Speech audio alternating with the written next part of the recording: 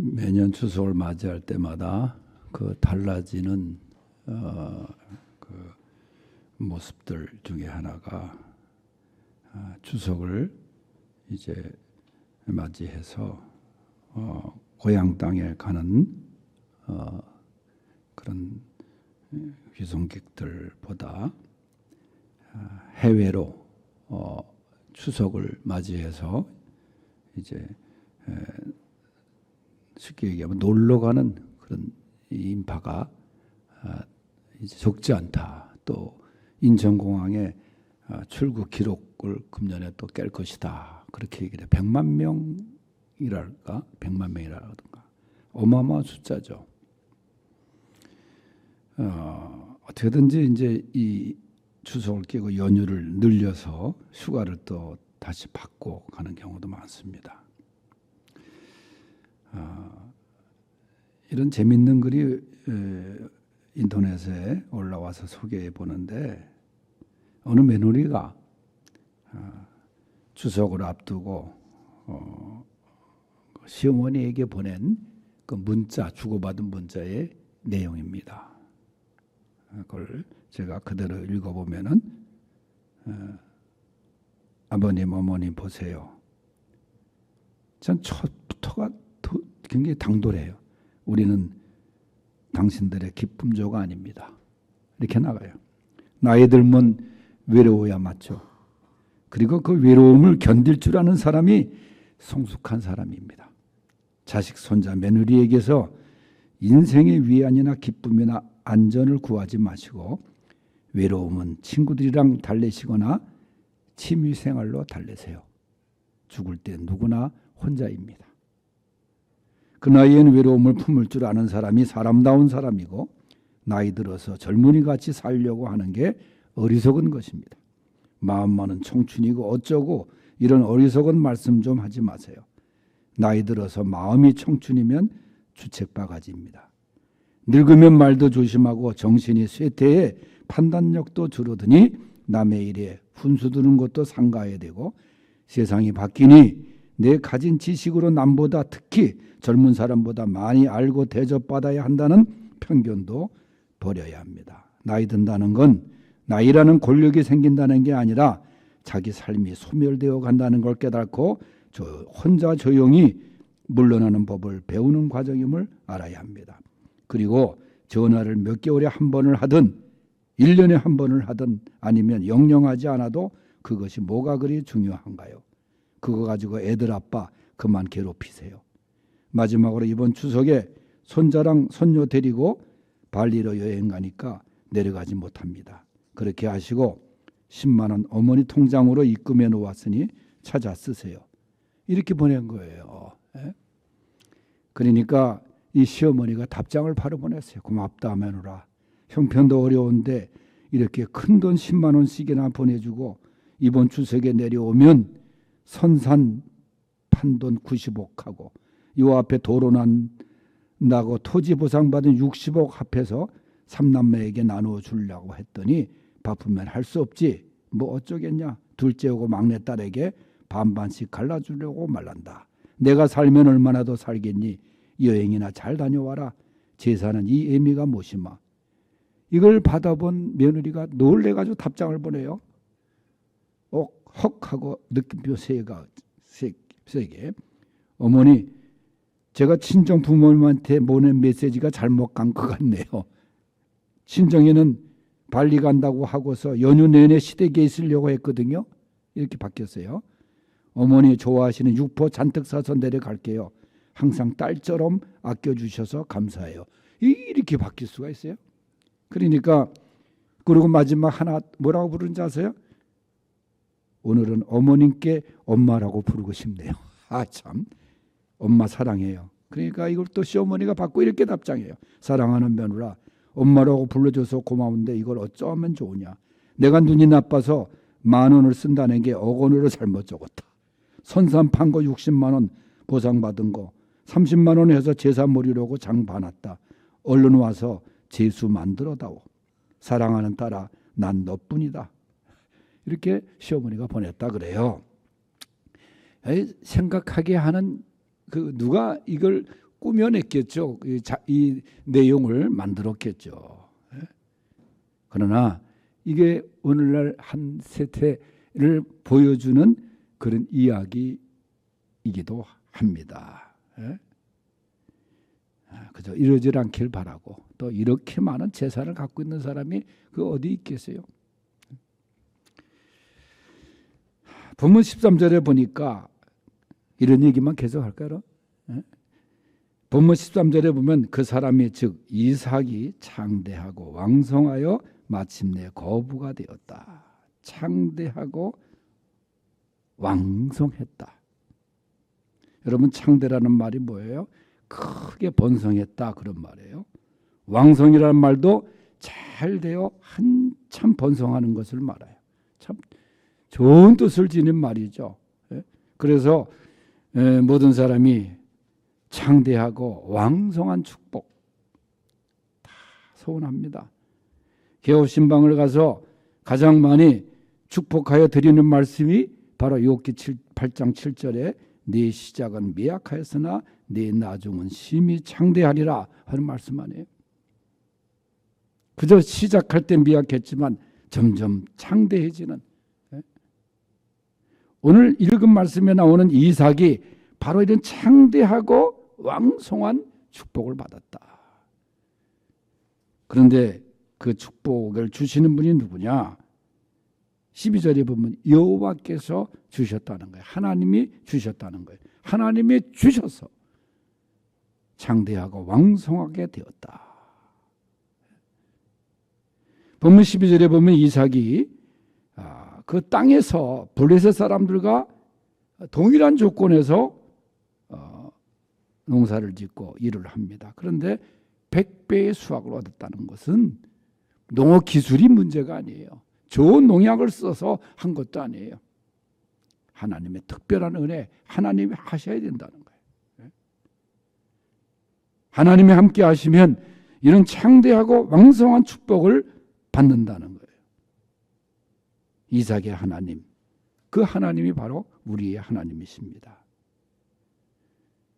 하나님을 잘 섬기고 하나님께 잘 충성하고, 그래서 오늘 이삭이 누렸던 창대하고 왕성한 그런 축복이 임하기를 간절히 바랍니다. 그러면 이삭은 어떤 사람이었는가? 오늘 본문에 나타난 이삭의 모습을 생각해 보는데, 첫째는 부모님을 잘 존중한 사람이었습니다. 부모님을 잘 섬기고 존중하면 창대하고 왕성한 복을 받는다. 본문 18절을 우리 다시 한번 읽어봅니다. 18절 말씀 다 같이. 그 아버지 아브라함 때에 팠던 우물을 다시 팠으니 이는 아브라함이 죽은 후에 블레셋 사람이 그 우물물을 메웠음이라. 이삭이 그 우물물의 이름을 그의 아버지가 부르던 이름으로 불렀더라. 아멘. 이 말씀이 뭐냐 하면은 이삭이 오래전에 아버지 아브라함이 거하던 그랄 골짜기로 돌아옵니다. 그리고 아브라함이 팠던 브엘사바 우물과 더 다른 그 우물들 몇을 팠다는 뜻이에요. 이삭은 이 우물의 이름을 회복합니다. 그리고 그것은 바로 아버지 아브라함을 향한 그의 사랑을 나타낸 거예요. 여러분, 이삭은 아버지 아브라함을 지극히 공경했습니다. 효자였습니다. 아버지의 거하던 것을 이 아들은 참 좋아했습니다. 아버지의 하던 일을 이 아들도 역시 좋아했습니다. 그래서 아버지가 판 우물 다시 찾아와서 그 우물을 판 거예요. 아버지가 부르던 이름을 그대로 부른 거예요. 여러분, 이삭은 어떤 아들입니까? 이삭의 부모 공경은 대단하지 않았습니까? 창세기의 계속 앞부분에 보면은 어린 이삭을 번제로 드리려고 했던 120세 노인 아버지 아브람, 끝까지 마지막 순간 칼을 겨누고 자신을 죽이려고 했던 그 아버지였었는데, 이 아들 이삭은 끝까지 반항하지 않았어요. 저항하지 않았어요.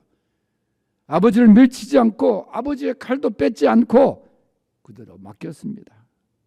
여러분, 도저히 상상할 수 없는 그런 모습 아닙니까?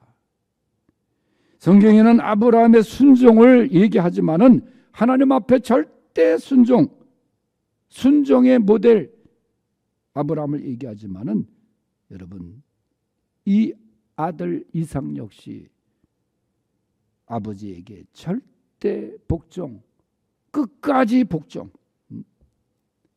막 요즘 같으면은 아버지가 그렇게 하면은 아버지 칼을 뺏어서 아버지를 죽일 수도 있는 일들이 얼마나 다양하냐 그 말이에요. 아브라함의 순종 못지않게 이삭이 부모에게 그렇게 순종했다는 거예요.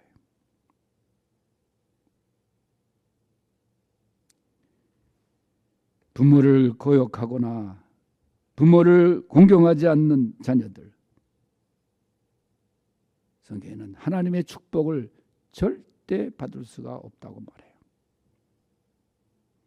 구약율법에서는 부모를 거역하는 자는 돌에 맞아 죽었습니다. 그리고 부모를 공경하면은 수천 대에 이르도록 하나님이 복을 주신다고 말씀하셨어요. 에베소서 6장 1절에 보면은 자녀들아 주 안에서 너희 부모에게 순종하라 이것이 옳으니라 네 아버지와 어머니를 공경하라 이것이 약속 있는 첫 계명이니 네가 잘되고 장수하리라. 이삭이 부모를 공경을 잘한 사람 아니에요. 돌아가신 부모님을 생각하면서도 그 우물물을 다시 파고 부모님이 섬겼던 하나님, 그 하나님께 믿음의 모습으로 살아가고, 그래서 오늘 말씀 속에 있는 왕성하고 창대한 축복을 이삭이 누린 것입니다.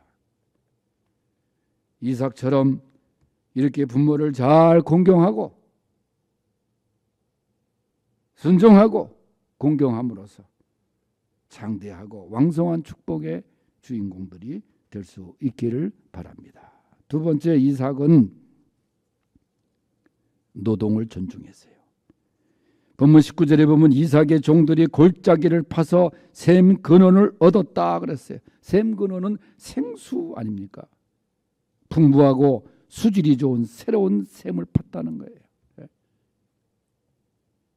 이삭이 아브라함 당시에 팠던 우물물을 복구시킨 것 외에도 새로운 우물물을 팠다는 것은 어떻게 보면은 이삭이 그 물을 더 많이 쓸 수밖에 없을 정도로 번창했다는 거예요. 더 늘어났다는 거예요. 양떼도 늘어나고. 그런데 여러분 그 지역에 그때 거기서 물이 거저 나오질 않습니다. 그래도 우리나라는 물을 좀 쉽게 팔 수 있는, 건조기 때도 물론 저 특별한 그 섬지방 같은 데서는 그 식수 문제가 뭐 다시 뭐 공급되고 그런 때도 있지만은 그래도 우리나라는 물이 그렇게 갈급하고 그런 지역은 아니에요. 그런데 당시에 그 열심히 샘을 파야 돼요. 땅을 깊게 파야 돼요. 여러분, 땅을 판다는 것은 지금같이 무슨 굴착기를 가지고 하는 것도 아니고 다 사람이 손을 하지 않았습니까? 농사도 마찬가지입니다. 열심히 땀 흘려 일해야 소득을 얻는 거 아니에요? 일하지 않고 잡초가 무성하고 그냥 내버려 두고 열심히 이삭은 그의 종들과 함께 열심히 샘을 파서 그 다음에 물을 얻은 거예요. 일하는 거. 일하기 싫거든 먹지도 말라. 그런 말씀이 있지 않습니까? 예수 믿는 사람들 누구보다도 사실 부지런히 일해야 되는 거예요. 열심히 일해야 되는 거예요. 샘을 깊이 파야 샘이 나올 때까지 깊이 파는 거예요. 포기하거나 좌절하는 게 아닙니다. 사실 일할 때 일하고 그래 건강한 거. 일하면서도 사람이 힘들고 그런 이유가 뭔지 자신이 행복하다는 사실을 잊고 예를 들어 숨을 쉬면서도 공기의 고마움을 잊어버리고 부모의 사랑으로 살면서도 부모의 사랑도 잊어버리고 살기 때문에 그런 거예요. 힘든 거예요. 또 일의 소중함을 모르기 때문에 그 일이 없어져야 거기에 대한 아쉬움과 후회함이 있잖아요. 우리가 일할 수 있는 것, 그게 참 얼마나 감사한 건지 몰라요. 제가 언젠가 얘기한 것 같은데 저 경기도 이천에 평화의 집에 제가 그 노인들 사는 그 시설에 학생들을 데리고 봉사활동을 가고 그랬던 시절이었는데 가을 추수기에 할머니들이 다 그 주변에서 그 양로원 옆에서 했던 거는 이제 그 당시에 양로원은 그 허가도 받지 않는 그 평화시장에서 장사하는 할머니가 그 땅을 사가지고 거기서 이제 그냥 평화의 집 해가지고 한 30분을 모시고 지냈는데 땅콩을 캐가지고 땅콩을 말렸어요. 그 땅콩을 까야 되잖아요. 근데 이대 교수, 가정과 교수, 김순옥 교수라는 분이 이제 이 풍이 와가지고 이 손이 마비가 되고 그런 분이 한쪽이 마비가 된 분이 계셨는데 그분이 의자에 앉아서 한 할머니가 그 땅콩을 그 할머니 교수님 그분 발 밑에 놔주면 그 할머니가 이 발 한쪽은 괜찮으니까 발로 이렇게 부비는 거예요. 그 일만 하는 거야. 한나절을. 그러면 그 땅콩 껍질이 깨지면은 그걸 이제 할머니가 바구니에 집어넣고 가서 그걸 계속해서 하는 거야. 야, 저 보니까 참 그래도 지금 이렇게 일하면서 일종의 뭔가 분업이거든. 분업. 그래서 한 분은 땅콩을 넣어주면 이 할머니는 발로 밟기만 하고 그 모습을 보면서 말이지. 일할 수 있는 거 우리가 움직이면서 일할 수 있다는 게 그게 얼마나 고마운 건지 몰라요. 열심히 일함으로 풍성한 열매가 맺어지고 거기서 창대하고 왕성한 축복이 임하게 되는 줄로 믿습니다. 세 번째는 이웃을 존중했어요. 이삭이. 본문 22절에 보면 이삭이 거기서 옮겨 다른 우물을 팠더니 그들이 다투지 아니었으므로 그 이름을 르호봇이라 하여 이르되 이제는 여호와께서 우리를 위해 넓게 하셨으니 이 땅에서 우리가 번성하리로다. 이삭이 우물을 파면은 블레셋 사람들이 못된 블레셋 사람들이 이 블레셋 사람들은 성경에 보면 그렇게 못되게 이스라엘을 괴롭히고 침략하고 그래가지고 와서 뺏어가는 거예요. 뭐 하면 여러분 장사가 잘 되면 그 건물주가 와가지고 그걸 뺏는 경우도 얼마나 속상합니까? 자기가 그걸 하겠다는 거예요. 그러다가 결국 안 되고 말이에요. 그런데 이삭은 그걸 양보했어요. 양보를 한 음물을 에색이라고. 또 팠는데 또 양보를 해요. 그게 신나라고 하는 그 대적함이라는 뜻인데. 그러니까 이삭은 이 블레셋 사람들이 계속해서 괴롭힙니다.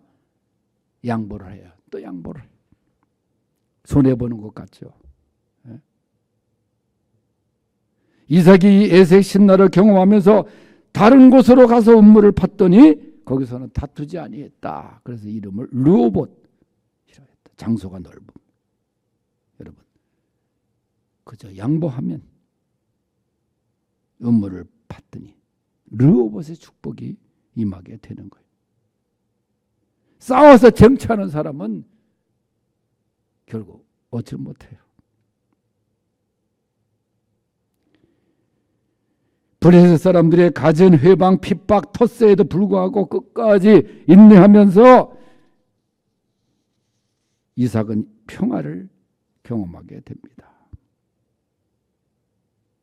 그 모습을 본 이삭에게 하나님께서 번성하게 하게 하시고 존중받는 존재로 세워 주신 거예요. 이웃을 존중하고 이웃과 다투지 않고. 그래서 이삭은 창대와 왕성의 복을 누리게 되고 마침내 거부가 되었다. 오늘날 말하면 큰 재벌이 되었다 그 말이에요. 블레셋 같은 존재라도 그들을 존중해주고 오히려 그것이 존중과 축복으로 돌아오는. 성도 여러분, 지금 참으로 어려운 시대를 우리가 살고 있습니다. 경제적으로도 영적으로도 말이죠. 그러나 이삭처럼 살면 이 가운데서도 창대하고 왕성한 삶을 누리게 될 줄로 믿습니다. 오늘 주신 말씀처럼 부모님들을 존중하세요. 그리고 노동을 존중하고 열심히 일하세요. 또 이웃을 존중하세요. 그러면 우리도 이삭처럼 창대하고 왕성한 축복을 누리게 될 것입니다. 하나님 아버지,